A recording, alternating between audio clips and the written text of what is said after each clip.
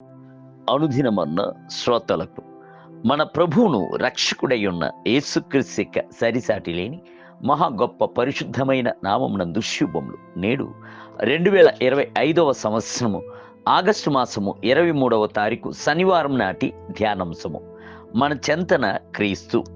23వ కీర్తన మొదటి వచనమందు, యెహోవా నా కాపరి, నాకు లేమి కలుగదు.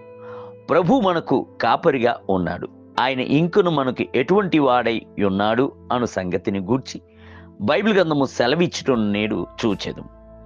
మొట్టమొదటిగా తండ్రిగా ఉన్నాడు.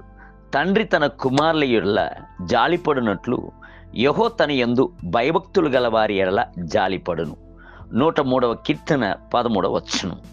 తండ్రి తన బిడ్డలను ఎత్తుకుని మోయుచున్నట్లు మోసి మన యొక్క కార్యములన్నిటిలోనూ ఆయన అక్కర గలవాడై ఉన్నాడు.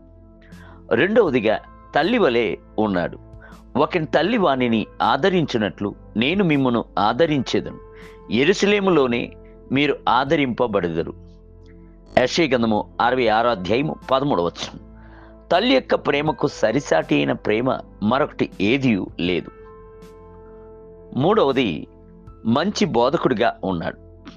తండ్రి నా నామమున పంపబోవు పరిశుద్ధాత్ముడైన ఆదరణకర్తయే సమస్తమును మీకు బోధించి నేను మీతో చెప్పిన సంగతులన్నిటినీ మీకు జ్ఞాపకము చేయును. యోహాను సువార్త 24వ అధ్యాయము 26వ వచనం. ఆయనను మనము మిగుల ప్రేమతో రబ్బీ అనియు రబ్బూని అనియు పిలవవచ్చును. మంచి బోధకుడా అనియు పిలవవచ్చును. నాలుగవదిగా చక్కటి ఆలోచనకర్తగా ఉన్నాడు. నీ మీద దృష్టి నుంచి నీకు ఆలోచన చెప్పేదను. 32వ కీర్తన 8వ వచనం అని ఆయన వాక్కును ఇచ్చుచున్నాడు. ఐదవదిగా మన కొరకు ప్రాణమును ఇచ్చుటకు కూడాను వెనకాడని స్నేహితుడిగా ఉన్నాడు.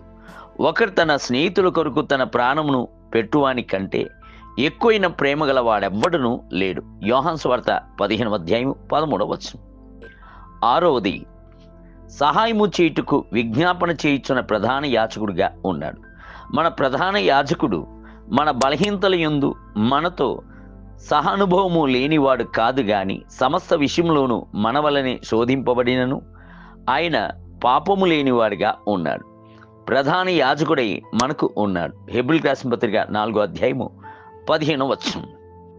ఏడవదిగా ఉత్సాహపరచుచున్న ఆదరణకర్తగా ఉన్నాడు. నేను తండ్రిని వేడుకొందును, మీ యొద్ద ఎల్లప్పుడూ ఉండుటకై ఆయన వేరొక ఆదరణకర్తను అనగా సత్య స్వరూపియగు ఆత్మను మీకు అనుగ్రహించును. యోహాను సువార్త 14వ అధ్యాయము 16వ వచనం.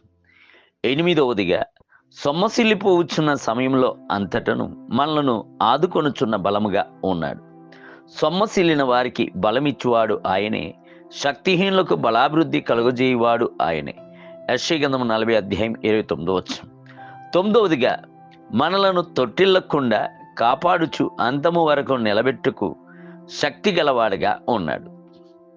తొట్టిల్లకుండా మిమ్మల్ని కాపాడుటకును తన మహిమ ఎదుట ఆనందముతో మిమ్మల్ని నిర్దోషులుగా నిలవబెట్టుటకును శక్తిగల మన రక్షకుడైన అద్వితీయ దేవుడు అని యూదా వ్రాయిచున్నాడు. యూదా పత్రిక 1వ అధ్యాయం 24వ వచనం. 10వదిగా అన్యోన్యత యందును సహవాసమందును చక్కటి స్నేహితుడిగా ఉన్నాడు. దేవుని బిళ్ళారా, ఈ లోక పయనమునందు ప్రభు మీతో నడిచి వచ్చుట ఎంతటి గొప్ప ఒక భాగ్యము. నీటి ధ్యానమునకై శాశ్వతుడైన దేవుడు నీకు నివాస స్థలం. నిత్యముగా నుండు ఆయన బాహువులు నీకు ఆధారము. ద్వితీయోపదేశకాండం 33వ అధ్యాయం 27వ వచనం. నేటి వేద పఠనము ఉదయం కీర్తన గ్రంథము 113వ కీర్తన, 114వ కీర్తన మరియు 115వ కీర్తన. సాయంత్రము కొరింథీయులకు రాసిన మొదటి పత్రిక 6వ అధ్యాయం. ప్రభు మిమ్ములను దీవించునుగాక. ఆమేన్.